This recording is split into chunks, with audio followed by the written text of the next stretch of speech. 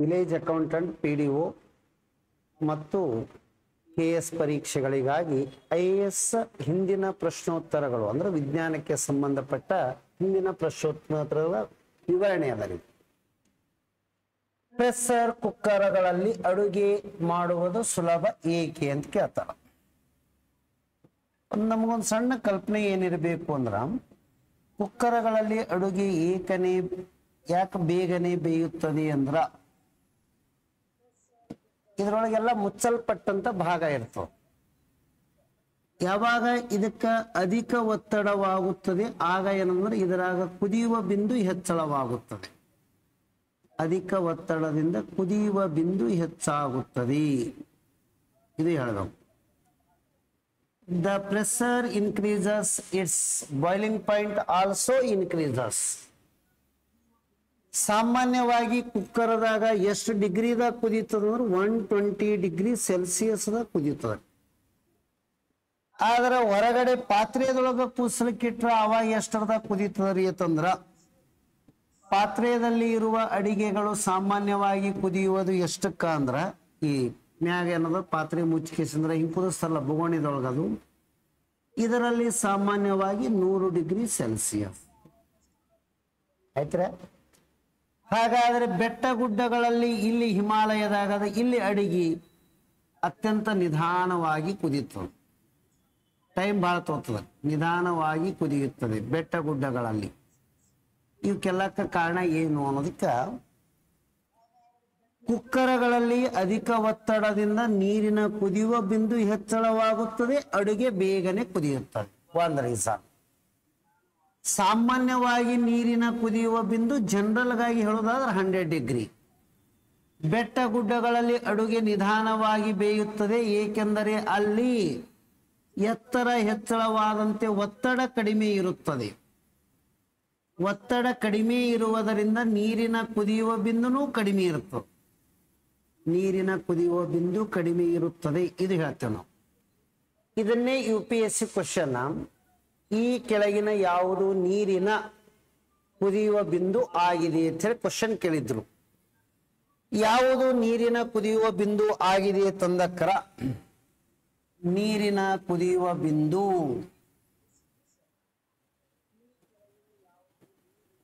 Option number A 0 degree ಅಂತ ಹೇಳಿ ಕೊಡ್ತಾರ. ಆ ನಂತರ B ಏನದಂದ್ರ 80 ಡಿಗ್ರಿ, C 100 ಡಿಗ್ರಿ, D ಏನದಂದ್ರ it depends upon atmospheric pressure, ವಾತಾವರಣದ ಒತ್ತಡ ಅವಲಂಬಿಸಿರುತ್ತದೆ. ಹಿಂಗ 4 ಆಪ್ಷನ್ ಕೊಡ್ತಾರ. ಅವಲಂಬಿಸಿರುತ್ತದೆ. ಅವಾಗ ನಮ್ಮ ಆನ್ಸರ್ ಏನದಂದ್ರ ಮುಂದಿನ ನೋಡ್ಲಾರ್ದು ಇದಕ್ಕೆ ಪಟ್ನೆ ಟಿಕ್ ಹಾಕ್ಬಾರ್ದ್ರಿ.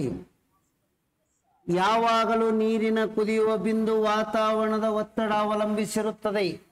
ಬೆಟ್ಟ ಗುಡ್ಡಗಳಲ್ಲಿ ಅಡುಗೆ ನಿಧಾನವಾಗಿ ಬೇಯುತ್ತದೆ ಏಕೆಂದರೆ ಅಲ್ಲಿ ಎತ್ತರಕ್ಕೆ ಹೋದಂತೆ ಒತ್ತಡ ಕಡಿಮೆ ಆಗ್ತದ, ನೀರು ಸ್ಲೋ ಕುದಿಯುತ್ತದೆ. ಹಿಮಾಲಯ ಪರ್ವತಗಳಲ್ಲಿ ಅಡಿಗೆ ಬಹಳ ಸ್ಲೋ ಕುದಿಯುತ್ತದೆ ಅಂದಂಗ. ಇದು ರೀಸನ್ ಕೊಡ್ಬೇಕು ನಾವು. ನೆಕ್ಸ್ಟ್, ಅಕ್ಕಿಯನ್ನು ಕುದಿಸಿದಾಗ ಏಕೆ ಉಬ್ಬುತ್ತದೆ? ಅಕ್ಕಿ ಹಿಟ್ಟೆ ಹಾಕಿದ ಬಳಿಕ ಅನ್ನ ಇಷ್ಟ ಆಗ್ತದೆ. ಯಾಕೆ ಕೇಳ್ತಾರ. ಅಕ್ಕಿ ಅನ್ನೋದು ಡ್ರೈ ಇರ್ತದ, ಅನ್ನ ಅನ್ನೋದು ತೇವಾಂಶ ಹೊಂದಿರ್ತದ. ಅಕ್ಕಿಗೆ ನೀರಿನ ಅಂಶ ಸಿಕ್ಕಾಗ ಅದು ತನ್ನ ಗಾತ್ರ ಹೆಚ್ಚಳ ಮಾಡಿಕೊಳ್ಳುತ್ತದೆ. ಇಷ್ಟೇ ಸಿಂಪಲ್ ಕಾನ್ಸೆಪ್ಟ್. ಅಕ್ಕಿಯ ಕಾಳುಗಳು ತೇವಾಂಶವನ್ನು ಹೀರಿಕೊಂಡಾಗ ಅವತರದ ಗಾತ್ರ ಹೆಚ್ಚಿಗೆ ಆಗ್ತದೆ. ಇಷ್ಟ ಅಕ್ಕಿ ಇದ್ದುದು ಇಷ್ಟ ಅನ್ನ ಆಗುದು. ಯಾಕಂದ್ರೆ ಅದರೊಳಗೆ ತೇವಾಂಶ ಹೀರ್ಕೊಂಡಕ್ರೆ ಅದು ತನ್ನ ಗಾತ್ರ ಸೈಜ್ ಇನ್ಕ್ರೀಸ್ ಆಗ್ತದೆ ಅಂದಂಗ.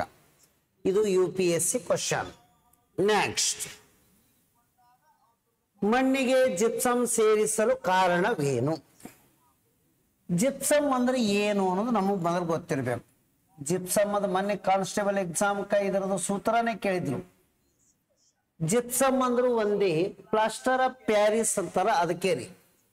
And plaster of Paris, calcium sulphate 2H2O ಹಿಂಗ ಅಂತೀವ್ ನಾವು.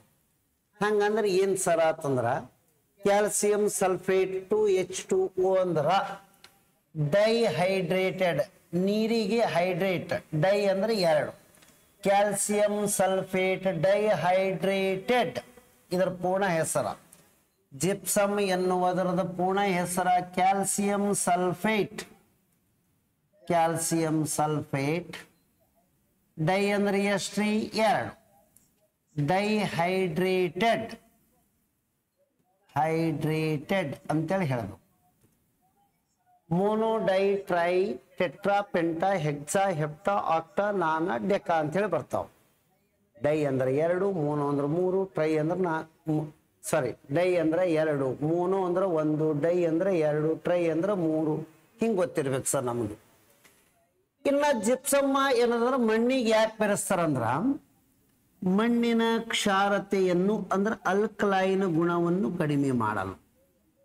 ಅಲ್ಕಲೈನ್ ಗುಣವನ್ನು ಕಡಿಮೆ ಮಾಡುವಾಗ ಈ ಜಿಪ್ಸಮ್ಮ ಬೆರೆಸ್ಬೇಕು. ಸರ್ ಮಣ್ಣಿನ pH ವ್ಯಾಲ್ಯೂ ಎಷ್ಟು ಸೂಕ್ತವಾಗಿರಬೇಕು ಅಂದ್ರ 5.5 to 7.5 ಇರಬೇಕು. ಅಂತ ಮಣ್ಣಾಗ ಅತ್ಯುತ್ತಮ ಬೆಳೆ ಬರ್ತಾವ. ಕೃಷಿ ಮಾಡಲು ಮಣ್ಣಿನ pH ಮೌಲ್ಯ ಸುಮಾರು 5.5 ರಿಂದ 7.5 ಸೂಕ್ತವಾಗಿರುತ್ತದೆ. ಅಲ್ಕಲೈನ್ ಇರುವಂತ ಮಣ್ಣಿನ ಕ್ಷಾರತೆ ಅಂದ್ರೆ ಅದರ ಪ್ರಮಾಣ ಕಡಿಮೆ ಮಾಡ್ಲಿಕ್ಕ ಅದಕ್ಕೆ ಏನನ್ನು ಬೆರೆಸುತ್ತಾರೆ ಅಂದ್ರೆ ಜಿಪ್ಸಮ್. ಜಿಪ್ಸಮ್ ಅದರ ರಾಸಾಯನಿಕ ಸೂತ್ರ ಕ್ಯಾಲ್ಸಿಯಂ ಸಲ್ಫೇಟ್ 2H2 ಅಂದ್ರೆ ಡೈಹೈಡ್ರೇಟೆಡ್. ಇದು ಹೇಳ್ಬೇಕು ನಾವು. pH ಅಂದ್ರೆ ಏನು? Potential of hydrogen. ಇದರ ವಿಸ್ತೃತ ರೂಪ potential of hydrogen pH. pH ದಿಂದ ಏನು ಗುರುತಿಸ್ತದ? ಆಹಾರದಲ್ಲಿ ಅಥವಾ ದ್ರಾವಣದಲ್ಲಿ ಇರುವಂತ ಆಸಿಡ್ ಮತ್ತು ಅಲ್ಕಲೈನ್ ಆಮ್ಲೀಯ ಕ್ಷಾರೀಯ ಗುಣವನ್ನು ಗೊತ್ತು ಮಾಡ್ಕೋತೀವಿ. ಅಂದ್ರೆ ಇದು pH ವ್ಯಾಲ್ಯೂ ಅದಕ್ಕೆ ಯೂಸ್ ಆಗ್ತದ ಅಂತ ಕೇಳ್ತಾರ. ದ್ರಾವಣದಲ್ಲಿ ಇರುವಂತಹ ಆಸಿಡಿಕ್ ಮತ್ತು ಅಲ್ಕಲೈನ್ ಎರಡು ತರದ ನೇಚರ್ ಗೊತ್ತು ಮಾಡ್ಕೊಳ್ಳೋ ಸಲುವಾಗಿ pH ವ್ಯಾಲ್ಯೂ ಯೂಸ್ ಆಗ್ತದ. Next word. ಎರಡು ಬೆಳೆಗಳ ಮಧ್ಯೆ ಭಾರತೀಯ ರೈತರು ಭೂಮಿಯನ್ನು ಉಳುಮೆ ಮಾಡ್ಕೋತಾರ. ನಾವು ಇಲ್ಲಿ ತೊಗರಿ ಎನ್ನುವ ಬೆಳೆ ಮುಂಗಾರು ತಕೊಂಡೇವಂದ್ರ ನೆಕ್ಸ್ಟ್ ಹಿಂಗಾರು ಬೆಳೆ ಏನಂದ್ರೆ ಬಿತ್ತಬೇಕಂದ್ರೆ ಇಲ್ಲಿ ಮೊದಲು ಗಳೆ ಹೊಡೆದು ಮತ್ತೊಮ್ಮೆ ಬಿತ್ತುತ್ತೇವೆ ಏನ್ರಿ. ಗಳೆ ನೆಗಲ ಹೊಡೆದು ಮತ್ತೆ ಮುಂದಿನ ಬೆಳೆ ಬಿತ್ತುತ್ತೇವೆ. ಯಾಕೆ ಅಂತ ಕೇಳ್ತಾರ. ಈ ಬೆಳೆಗೆ ಬಿತ್ತನೆ ಮಾಡದಕ್ರ ಆಲ್ರೆಡಿ ಏನದ ಮಣ್ಣ ಗಟ್ಟೀಕರಣವಾಗಿರ್ತದೆ, ಘನೀಕರಣ ಅಥವಾ ಗಟ್ಟಿಯಾಗಿ ಬಿಟ್ಟಿರ್ತದೆ. ಇದರಾಗೆ ಬಿತ್ತಿದೀವಿ ಅಂದ್ರ ಮಣ್ಣಿನಲ್ಲಿ ಬಿದ್ದಿರುವ ಬೀಜಗಳು ಮೊಳಕೆ ಹೊಡೆದು ಮ್ಯಾಗ ಬರ್ಲಿಕ್ಕೆ ಜಾಗನೇ ಇರಲ್ಲ ನಂಗೆ ಗಟ್ಟಿಯಾದ ಮಣ್ಣಾಗ. ಅದಕ್ಕೆ ನಾವು ಏನ್ ಮಾಡ್ತೀವಿ ಅಂದ್ರೆ ಇದಕ್ಕೆ ಗಳೆ ಹೊಡುವುದರಿಂದ ಮತ್ತೊಂದು ಬೆಳೆ ಬಿತ್ತಕ್ಕಿಂತ ಮೊದಲು ಗಳೆ ಹೊಡೆಯುವುದರಿಂದ ಮಣ್ಣೆಲ್ಲ ಏನಂದ್ರೆ ಪಳ್ಳಾಗುತ್ತದೆ, ಟೊಳ್ಳಾಗುತ್ತದೆ. ಟೊಳ್ಳಾದ ಅಥವಾ ಏನಂದ್ರೆ ಪೊಳ್ಳಾದ ಮಣ್ಣಿನೊಳಗೆ ಲೋಮನಾಳಗಳು ಬಹಳ ಚಂದ ಇರ್ತಾವ ಏನ್ರಿ. ಕೆಪಿಲರಿಗಳು ಅಥವಾ ಲೋಮನಾಳಗಳು ಇರ್ತಾವ. ಅಂತ ಮಣ್ಣಾಗ ನಾವು ಬೀಜ ಬಿತ್ತಿದೀವಿ ಅಂದ್ರ ಇದು ಆಕ್ಸಿಜನದೊಂದಿಗೆ ವರ್ತಿಸಿ, ಆಕ್ಸಿಜನ್ ಬೇಕ್ರಿ ಬೀಜ ಮೊಳಕೆ ಒಳ್ಳಿಕ. ಇದು ಮೊಳಕೆ ಒಡೆದು ಈ ರೀತಿ ಸಸಿ ಆಗ್ತದೆ. ಸಸಿ ಆದ ಬಳಿಕ ಸೂರ್ಯನ ಕಿರಣಗಳು ಇದು ಹೊರಗಡೆ ಬಂದ ಬಳಿಕ ಸೂರ್ಯನ ಕಿರಣಗಳನ್ನು ಬಳಸಿಕೊಂಡು ದ್ವಿತೀಯ ಸಂಶ್ಲೇಷಣದಿಂದ ಶಕ್ತಿ ತಯಾರು ಮಾಡ್ಕೋತ ದೊಡ್ಡದಾಗ್ತದೆ. ಬೀಜಗಳು ಮೊಳಕೆ ಒಡೆಯಲು ಸೂರ್ಯನ ಕಿರಣಗಳು ಬೇಕಾಗಂಗಿಲ್ರಿ. ಬೀಜಗಳು ಮೊಳಕೆ ಒಡೆಯಲು ಏನು ಬೇಕು ಅಂದ್ರೆ ಆಕ್ಸಿಜನ್ ಬೇಕು. ಆ ನಂತರ ಏನಂದ್ರೆ ಮಣ್ಣಿನಲ್ಲಿ ಅತಿ ದೀರ್ಘಕಾಲದವರೆಗೆ ನೀರಿನ ಅಂಶ ಉಳಿಬೇಕು ಅಂದ್ರೆ ಲೋಮನಾಳಗಳ ರಚನೆಯನ್ನ ಕೆಡಿಸ್ಬೇಕು. ಲೋಮನಾಳಗಳು ಇದ್ದು ಅಂದ್ರೆ ಆ ನೀರಿನ ಅಂಶ ಫಾಸ್ಟ್ ಡೆವಲಪ್ ಆವಿಯಾಗಿ ಮ್ಯಾಗ ಹೋಗ್ಬಿಡ್ತದ, ನೆಲ ಎಲ್ಲ ಒಣಗಿ ಬಿಡ್ತದ. ಅದಕ್ಕೆ ಬೆಳೆಗಳಿಗೆ ಎಡೆ ಹೊಡಿತಾರ. ಇಷ್ಟು ಜ್ವಾಳ ಇಷ್ಟು ಬೆಳೆದ ಬಳಕ ಎಡಿ ಎತ್ತಿರ ಹೊಡಿತಾರೆ ನಡುವ. ಯಾಕಂದ್ರೆ ಎಡಿ ಹೊಡೆಯುವುದರಿಂದ ಲೋಮನಾಳಗಳು ಅಂದ್ರ ಈ ರೀತಿ ಮಣ್ಣಾಗ ಸಣ್ಣ ಸಣ್ಣ ನಾಳಗಳು ರಚನೆಯಾಗಿರ್ತಾವ. ಇವತ್ತರ ಮೂಲಕ ಮಣ್ಣಾಗಿರುವ ನೀರಿನ ಅಂಶ ಆವಿಯಾಗಿ ಬಡ ಬಡ ಮ್ಯಾಗ ಹೋಗ್ತಿರ್ತಾವ. ಯಾವಾಗ ಗಳೆ ಹೊಡೆದ್ರು ಅಥವಾ ಏನಂದ್ರೆ ಇದಕ್ಕೆ ಅದನ್ನ ಏನಂತಾರಂದ್ರ ಎಡಿ ಹೊಡಿತಾರಲ್ಲ, ಎಡಿ ಹೊಡೆನ ಇವೆಲ್ಲ ಕೆಡಿಸ್ಬಿಡ್ತಾರ. ಅವಾಗ ಏನಾಗ್ತದ ಇದ್ರೊಳಗೆ ದೀರ್ಘಕಾಲ ನೀರಿನ ಅಂಶ ಇದ್ರಾಗೆ ಉಳಿತದ. ಆ ಉಳಿದಿರುವ ನೀರಿನ ಅಂಶವನ್ನು ಬೆಳೆಗಳನ್ನು ಬಳಸ್ಕೊಂಡು ಎತ್ತರಕ್ಕೆ ಬೆಳಿತಾವ. ಇದು ಕಾನ್ಸೆಪ್ಟ್. ಬೆಳೆಗಳಿಗೆ ಎಡೆಗಳನ್ನು ಏಕೆ ಹೊಡೆಯುತ್ತಾರೆ? ಲೋಮನಾಳಗಳ ರಚನೆಯನ್ನು ಹಾಳು ಮಾಡಿ ಮಣ್ಣಿನಲ್ಲಿ ದೀರ್ಘಕಾಲದವರೆಗೆ ತೇವಾಂಶ ಹಿಡಿದಿಟ್ಟುಕೊಳ್ಳಲು. ಹಾಗಾದ್ರೆ ಬೀಜಗಳು ಮೊಳಕೆ ಒಡೆಯಲು ಏನು ಬೇಕು? ಆಕ್ಸಿಜನ್ ಬೇಕು. ಮೊಳಕೆ ಒಡಿಲಿಕ್ಕೆ ಏನು ಬೇಕಾಗಿಲ್ಲ? ಸೂರ್ಯನ ಬೆಳಕು ಬೇಕಾಗಿಲ್ಲ. ನೆಕ್ಸ್ಟ್, ಇದು ಮಣ್ಣಿನ ಕರಣಿ ಕಟ್ಟುವಿಕೆ. ಕ ಚಟ ತಬಗಳಿಗೆ ಗಜಡ ದಬ ಅಂತ ಹೇಳ್ತೇವಲ್ಲ, ಗರಣಿ ಕಟ್ಟುವಿಕೆ ಅಂದ್ರೆ ಒಂದೇ ಕರಣಿ ಕಟ್ಟುವಿಕೆಯನ್ನು ತಡೆಯಲು, ಅಂದ್ರೆ ಗಟ್ಟಿ ಆಗೋದು ತಡೆಯಲು.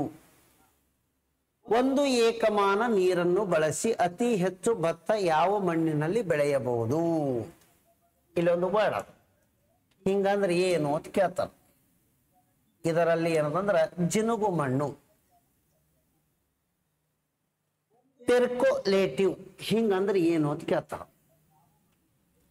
ಈ ಮಣ್ಣಿನಲ್ಲಿ ಪೆರ್ಕೋಲೇಟಿವ್ ಅಂದ್ರೆ ಇದ್ರ ಮೀನಿಂಗ್ ಏನು ಅಂದ್ರ, ಒಂದೇ ಸಲ ನೀರು ಭತ್ತಕ್ಕೆ ಬಿಟ್ಟೇವು ಅಂದ್ರ ನೀರನ್ನು ಗುರುತ್ವ ಬಲದಿಂದ ಆಳಕ್ಕೆ ಇಳಿಸುವಂತೆ ಮಾಡುವುದು.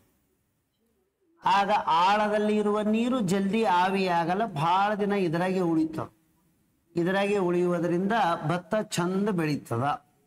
ಹಾಗಾಗಿ ಜಿನುಗು ಮಣ್ಣು ಅಂತ ಕರೀತಾರ. ಜಿನುಗು ಮಣ್ಣಿನಲ್ಲಿ ಏನಾಗ್ತದ, ನೀರನ್ನು ಅತಿ ಹೆಚ್ಚು ಆಳಕ್ಕೆ ಇಳಿಸುವುದು. ಅಂದ್ರ ಭತ್ತ ನಾಟಿ ಮಾಡಕ್ಕಿಂತ ಮೊದಲ ಅದ್ರೊಳಗೆ ಟ್ರ್ಯಾಕ್ಟರ್ಲಿ ಓಡ್ಯಾಡ್ಸಿ ಮಣ್ಣನ್ನು ಹದ ಮಾಡ್ತಾರ, ಬಹಳ ಮೃದುತ್ವಗೊಳಿಸ್ತಾರ. ಅದನ್ನೇ ಜಿನುಗು ಮಣ್ಣು ಅಂತಾರ. ಯಾಕೆ ಮೃದುತ್ವಗೊಳಿಸ್ತಾರ ಅಂದ್ರ ಅದರೊಳಗ ಗುರುತ್ವಾಕರ್ಷಣ ಬಲದಿಂದ ನೀರಿನ ಅಂಶ ಅತ್ಯಂತ ಆಳಕ್ಕೆ ಹೋಗುವಂತೆ ಮಾಡುತ್ತಾರೆ. ಭತ್ತದ ನಾಟಿ ಮಾಡಕ್ಕಿಂತ ಮೊದಲ ಭತ್ತದ ಗದ್ದೆಯೊಳಗ ಟ್ರ್ಯಾಕ್ಟರ್ಗಳನ್ನು ಓಡ್ಯಾಡ್ಸಿ ಮಣ್ಣನ್ನು ಹೆಚ್ಚು ಜಿನಗನ್ನು ಮಾಡುತ್ತಾರೆ. ಗುರುತ್ವಾಕರ್ಷಣ ಬಲದಿಂದ ನೀರನ್ನು ಆಳಕ್ಕೆ ಕಳುಹಿಸುವ ವಿಧಾನವನ್ನು ಏನ್ ಅನ್ಬೇಕಂದ್ರ ಪೆರ್ಕೋಲೇಟಿವ್, ಇದು ವರ್ಡ್ ಯೂಸ್ ಮಾಡ್ತೀವಿ ನಾವು. ನೆಕ್ಸ್ಟ್, ಪೆರ್ಕೋಲೇಷನ್ ಅಥವಾ ಪೆರ್ಕೋಲೇಟಿವ್. ನೆಕ್ಸ್ಟ್, ಸುಧಾರಿತ ಬೆಳೆಗಳ ಅಭಿವೃದ್ಧಿಗಾಗಿ ಹೈಬ್ರಿಡೈಸೇಷನ್ ಹೇಗೆ ಸಹಾಯವಾಗುತ್ತದೆ? ಹೈಬ್ರಿಡ್ ಅಂತಂದ್ರೆ ಇದರ ಅರ್ಥ ಏನು ಅಂದ್ರೆ ಜೀನ್ಗಳ ಅಗತ್ಯ ಸಂಯೋಗಗಳ ಮೂಲಕ. ಈಗ ಎಕ್ಸಾಂಪಲ್ ಹೇಳ್ತೀನಿ. ಹೈಬ್ರಿಡೀಕರಣ, ಒಂದು ಮಾವಿನಕಾಯದ ಭಾರಿ ರುಚಿ ಅದ, ಇದು ಇನ್ನೊಂದು ಮಾವಿನ ಗಿಡ ಅದ, ಆದ್ರೆ ಬಹಳ ಫಲ ಕೊಡ್ತದ, ರುಚಿ ಇಲ್ಲ, ಫಲ ಜಾಸ್ತಿ ಅದ. ಇದು ರುಚಿ ಅದ, ಇದರ ಕಾಯಿಗಳು ಆಗುವ ಪ್ರಮಾಣ ಕಮ್ಮಿ ಅದಾವ. ಇದು ಫಲ ಜಾಸ್ತಿ ಕೊಡ್ತದ, ರುಚಿ ಇಲ್ಲ, ಹುಳಿ ಅದಾವ. ಇದರ ಲಕ್ಷಣ ಎರಡೂ ಒಂದರದಾಗೆ ಮಾಡೋದೇ ಹೈಬ್ರಿಡೈಸೇಷನ್. ರುಚಿಯಾದ ಕಾಯಿನೂ ಬರಬೇಕು, ಪ್ಲಸ್ ಬಹಳ ಏನಂದ್ರೆ ಕಾಯಿ ಬಿಡಪ್ಲೇನು ಮಾಡಬೇಕು. ಇದನ್ನ ನಾವು ಏನಂತೀವಿ ಅಂದ್ರೆ ಹೈಬ್ರಿಡೈಸೇಷನ್. ಇವು ಎರಡೂ ತಳಿಗಳು ಬೇರೆ ಬೇರೆ ಇದ್ರು ಇವುಗಳನ್ನು ಒಂದು ಮಾಡಿಸಿ ಮತ್ತೊಂದು ಏನಂದ್ರೆ ಹೊಸ ತಳಿ ಹುಟ್ಟಾಕ್ತೇವಲ್ಲ, ಅದನ್ನ ನಾವು ಹೈಬ್ರಿಡೈಸೇಷನ್, ಜೀನಗಳ ಅಗತ್ಯವಾದ ಸಂಯೋಗಗಳನ್ನು ಮಾಡುವುದು. ಈ ಕಾನ್ಸೆಪ್ಟ್ಗೆ ಬರ್ಬೇಕನ್ನ ನಾವು. ನೆಕ್ಸ್ಟ್ ಕ್ವಶನ್, ಕೆಳಗಿನ ಯಾವ ಬೆಳೆಗಳಲ್ಲಿ ದ್ಯುತಿ ಸಂಶ್ಲೇಷಣಾ ಕ್ರಿಯೆ ಹೆಚ್ಚಿಗೆ ನಡೀತದ? ದ್ಯುತಿ ಸಂಶ್ಲೇಷಣಾ ಕ್ರಿಯೆ ಎಂದರೆ ಏನು ಅಂದ್ರೆ ಫೋಟೋಸಿಂಥೆಸಿಸ್. ಅತಿ ಹೆಚ್ಚು ದ್ಯುತಿ ಸಂಶ್ಲೇಷಣಾ ಕ್ರಿಯೆ ನಡೆಯುವ ಬಣ್ಣ ಯಾವುದು ಅಂತ ಕೇಳಿದ್ರು ಅಂದ್ರೆ ರೆಡ್ ಕಲರ್ ಅಂತ ಹೇಳಿ ಬರ್ಬೇಕು. ಅತಿ ಹೆಚ್ಚು ದ್ಯುತಿ ಸಂಶ್ಲೇಷಣಾ ಕ್ರಿಯೆ ನಡೆಯುವುದು ಯಾವುದರದಾಗ ಅಂದ್ರ ಕೆಂಪು ಬಣ್ಣದಲ್ಲಿ ಹೈಯೆಸ್ಟ್ ದ್ಯುತಿ ಸಂಶ್ಲೇಷಣಾ ನಡೀತದ. ಒಂದು ಅತಿ ಹೆಚ್ಚು ದ್ಯುತಿ ಸಂಶ್ಲೇಷಣಾ ಕ್ರಿಯೆ ನಡೆಯುವ ಸಸ್ಯಗಳಿಗೆ C4 ಪ್ಲಾಂಟ್ ಅಂತಾರ್ರಿ. C4 ಪ್ಲಾಂಟ್ಸ್ ಅಂದ್ರ ಇವು ಕಾರ್ಬನ್ ಡೈಆಕ್ಸೈಡ್ ಅನ್ನು ಸಿಂಥೆಸಿಸ್ ಮಾಡ್ಕೋತಾವ. ಸಂಶ್ಲೇಷಣಕ್ಕೆ ಒಳಪಡಿಸುವ ಸಸ್ಯಗಳು C4 ಪ್ಲಾಂಟ್ಸ್. ಅಂತವು ಪ್ರಮುಖವಾಗಿ ಏನೇನದಾವ ಅಂದ್ರೆ ಕಬ್ಬು, ಸುಗರ್ ಕೇನ್, ಮೆಕ್ಕೆಜೋಳ, ಮೇಸ್, ಸ್ವರ್ಗಮ್, ನವಣಿ ಟೈಪ್ ಇರ್ತಾವ, ಸ್ವರ್ಗಮ್, ಇವು ಮೂರು ಬರ್ತಾವ. ಹಳೆ ನವಣಿ ಅಂತ ಹೇಳಿ ಅಂತಾರೆ. ಕಬ್ಬು, ಮೆಕ್ಕೆಜೋಳ, ಸರ್ಗಮ್ ಇವು ಏನದಂದ್ರ ಏನು ಅಂತ ಕೇಳಿದ್ರೆ ಅತಿ ಹೆಚ್ಚು ದ್ಯುತಿ ಸಂಶ್ಲೇಷಣಾ ಕ್ರಿಯೆ ನಡೆಸುತ್ತವೆ. ಇವಕ್ಕ C4 ಪ್ಲಾಂಟ್ಸ್ ಅಂತಾರ. ಕಾರ್ಬನ್ ಸೈಕಲ್ದೊಳಗೆ ಬರ್ತದೆ ಅದು. ನೆಕ್ಸ್ಟ್, ಭತ್ತದ ಬೆಳೆಗೆ ಎಂಥ ಮಣ್ಣು ಸೂಕ್ತವಾಗಿದೆ? ಭತ್ತ ಬೆಳಿಬೇಕು ಅಂದ್ರೆ ಏನು ಬೇಕಾಗ್ತದ ಅಂದ್ರೆ ಅದಕ್ಕ ನಿಂತಿರುವ ನೀರು ಬೇಕು. ನಿಂತಿರುವ ನೀರು ಬೇಕು. ಒಂದು ಎರಡನೆಯದ್ದು ಏನದಂದ್ರ ಪ್ರಪಂಚದಲ್ಲಿ ಅತಿ ಹೆಚ್ಚು ಜನ ಸೇವಿಸುವ ಆಹಾರ ಯಾವುದಂದ್ರೆ ರೈಸ್. ಭಾರತದಲ್ಲಿ ಹೆಚ್ಚು ಜನರ ಆಹಾರದ ಬೆಳೆನೂ ರೈಸೇ. ಕರ್ನಾಟಕದಲ್ಲಿನೂ ಸರಾಸರಿ ಹೆಚ್ಚು ಜನರ ಆಹಾರ ಬೆಳೆ ರೈಸ್ ಅದ. ಹಾಗಾದ್ರೆ ಭತ್ತಕ್ಕೆ ನಿಂತಿರುವ ನೀರು ಬೇಕು. ಅಲ್ಲಿ ಎಂಥ ಮಣ್ಣು ಇರಬೇಕು ಅಂದ್ರೆ ಜೇಡಿ ಮಣ್ಣು. ಇದು ಬಹಳ ದಿನಗಳವರೆಗೆ ಹೆಚ್ಚು ದಿನಗಳ ಕಾಲ ಏನ್ ಮಾಡ್ಕೋತಂದ್ರೆ ತೇವಾಂಶ ಹಿಡಿದಿಟ್ಟುಕೊಳ್ತದೆ. ಹೆಚ್ಚು ದಿನ ತೇವಾಂಶ ಹಿಡಿದಿಟ್ಟುಕೊಳ್ಳುತ್ತದೆ. ಇದು ಹೇಳ. ಕೆಂಪು ಮಣ್ಣಿನ ಬಣ್ಣಕ್ಕೆ ಕಾರಣವಾದ ವಸ್ತು ಯಾವುದು ಅಂದ್ರೆ ಕಬ್ಬಿಣ, ಫೆರಿಕ್ ಆಕ್ಸೈಡ್, ಕಬ್ಬಿಣದ ಅಂಶ. ಕಪ್ಪು ಮಣ್ಣಿಗೆ ಏನಂದ್ರೆ ಇದು ಜ್ವಾಲಾಮುಖಿ ಕ್ರಿಯೆಯಿಂದ ಆಗಿರ್ತದ. ಹಾಗಾಗಿ ಅಂದ್ರೆ ಜ್ವಾಲಾಮುಖಿ ಕ್ರಿಯೆಯಿಂದ ಅಂದ್ರ ಆದ ಬಳಿಕ ಕಪ್ಪು ಮಣ್ಣು. ಇದಕ್ಕ ಹತ್ತಿಯ ಮಣ್ಣು ಎಂದು ಕರೆಯುತ್ತಾರೆ. ಎರಿ ಮಣ್ಣು, ಹತ್ತಿ ಮಣ್ಣು ಹಿಂಗ್ ಕರೀತಾರ, ಅಥವಾ ರೇಗರ್ ಮಣ್ಣು ಅಂತೇಳಿ ಕರೀತಾರ. ನೆಕ್ಸ್ಟ್, ಗಾಳಿಯ ಆರ್ದ್ರತೆ. ಆರ್ದ್ರತೆ ಅಂದ್ರೆ ಏನು? ಹ್ಯೂಮಿಡಿಟಿ. ಹ್ಯೂಮಿಡಿಟಿ ಅಂದ್ರೆ ಇದರ ಮೀನಿಂಗ್ ಏನ್ ಸರ್ ಅಂದ್ರ ವಾತಾವರಣದಲ್ಲಿ ಇರುವಂತ ತೇವಾಂಶ. ಈ ಬಿಸಿಲಾಗ ಒಂದು ಕಬ್ಬಿಣ ಬುಟ್ಟ್ಯಾಗ ನೀರು ಹಾಕಿ ಒಯ್ದು ಹೊರಗಿಡ್ತೀವೋ ಆ ನೀರೆಲ್ಲ ಆವಿಯಾಗಿ ವಾತಾವರಣದಾಗ ಇರ್ತಲ್ಲ, ಅದು ಆರ್ದ್ರತೆ. ಮಳೆಗಾಲದಾಗ ಆರ್ದ್ರತೆ ಕಮ್ಮಿ ಇರ್ತದೆ, ಬೇಸಿಗೆಯಲ್ಲಿ ಹೆಚ್ಚಿಗೆ ಇರ್ತದೆ. ಯಾಕಂದ್ರೆ ಬೇಸಿಗೆ ಟೆಂಪರೇಚರ್ ಹೆಚ್ಚಿಗಿತ್ತು ಅಂದ್ರೆ ಹ್ಯೂಮಿಡಿಟಿ ಹೆಚ್ಚಿಗೆ ಆಗ್ತದ. ಅಂದ್ರೆ ಇದರ ಅರ್ಥ ಏನಂದ್ರ ಹ್ಯೂಮಿಡಿಟಿ ಯಾವಾಗ ಹೆಚ್ಚಿಗೆ ಆಗ್ತದಂದ್ರ ವಾತಾವರಣದಲ್ಲಿ ತಾಪಮಾನ ಹೆಚ್ಚಳವಾದಂತೆ ಆರ್ದ್ರತೆಯೂ ಹೆಚ್ಚಳವಾಗುತ್ತದೆ. ಆ ಹ್ಯೂಮಿಡಿಟಿಯನ್ನ ಅಳೆಯುವ ಉಪಕರಣ ಯಾವುದು ಅಂದ್ರೆ ಹೈಗ್ರೋಮೀಟರ್. PSI question. ಹಾಗಾದ್ರೆ ವಾತಾವರಣದಲ್ಲಿ ತಾಪಮಾನ ಮತ್ತು ಆರ್ದ್ರತೆ ಎರಡೂ ಏಕಕಾಲಕ್ಕೆ ಇದು ಹೆಚ್ಚಿಗೆ ಆದ್ರೆ ಇದನ್ನು ಹೆಚ್ಚಿಗೆ ಆಗ್ತದೆ. ಇವು ಎರಡೂ ಹೆಚ್ಚಿಗೆ ಆದವು ಅಂದ್ರೆ ಬೆವರು ಆಟೋಮೆಟಿಕ್ ಬರ್ತದೆ. ಬೆವರು ಯಾವ ಸಂದರ್ಭದಲ್ಲಿ ಹೆಚ್ಚಿಗೆ ಬರುತ್ತದೆ? ವಾತಾವರಣದಲ್ಲಿ ತಾಪಮಾನ ಹೆಚ್ಚಳ ಮತ್ತು ಆರ್ದ್ರತೆ ಹೆಚ್ಚಳದಿಂದ ಬೆವರು ಹೆಚ್ಚಿಗೆ ಬರುತ್ತದೆ. ಸ್ವೆಟ್. ಭಾರತದ ರಾಷ್ಟ್ರೀಯ ಆದಾಯದ ಮುಖ್ಯ ಮೂಲ ಯಾವುದು ಅಂತ ಕೇಳ್ತಾರೆ. ಈ ಸದ್ಯಕ್ಕ ಕೃಷಿ ಅಲ್ಲರಿ, ಸರ್ವಿಸ್, ಸೇವಾ ವಲಯ, ಸರ್ವಿಸ್ ಸೆಕ್ಟರ್ ಹೈಯೆಸ್ಟ್ ಏನದಂದ್ರೆ ದೇಶಕ್ಕೆ ಆದಾಯದ ಮೂಲವಾಗಿದೆ. ರಾಷ್ಟ್ರೀಯ ಆದಾಯದ ಪ್ರಮುಖ ಮೂಲ ಯಾವುದು ಅಂದ್ರೆ ಸೇವಾ ವಲಯವಾಗಿದೆ. ಸೆಕೆಂಡ್ ಕೈಗಾರಿಕಾ ವಲಯ, ಥರ್ಡ್ ಕೃಷಿ ವಲಯದ. ಆದರೆ ಭಾರತದಲ್ಲಿ ಅತಿ ಹೆಚ್ಚು ಜನರು ಉದ್ಯೋಗದಲ್ಲಿ ಇರುವುದೇ ಕೃಷಿ ವಲಯ. ಇದನ್ನ ನಾವು ಪ್ರಾಥಮಿಕ ಅಂತೀವಿ, ಇದಕ್ಕ ದ್ವಿತೀಯ ಅಂತೀವಿ, ಇದಕ್ಕ ತೃತೀಯ ಅಂತ ಕರಿತೀವಿ. ಇದಕ್ಕ ಏನಂದ್ರೆ ಪ್ರಾಥಮಿಕ, ದ್ವಿತೀಯ, ತೃತೀಯ ಅಂತೇಳಿ ಮೂರು ಕರಿಬೇಕು. ಇದರಲ್ಲಿ ಇರುವವರಿಗೆ ನೀಲಿ ಬ್ಲೂ ಕಾಲರ್ಸ್ ಅಂತೇಳಿ ಕರೀತಾರ. Blue collars. ಇವರಿಗೆ ವೈಟ್ ಕಾಲರ್ಸ್ ಅಂತೇಳಿ ಕರೀತಾರ. White collar job. ಈ ರೀತಿ ಗೊತ್ತಿರಬೇಕು.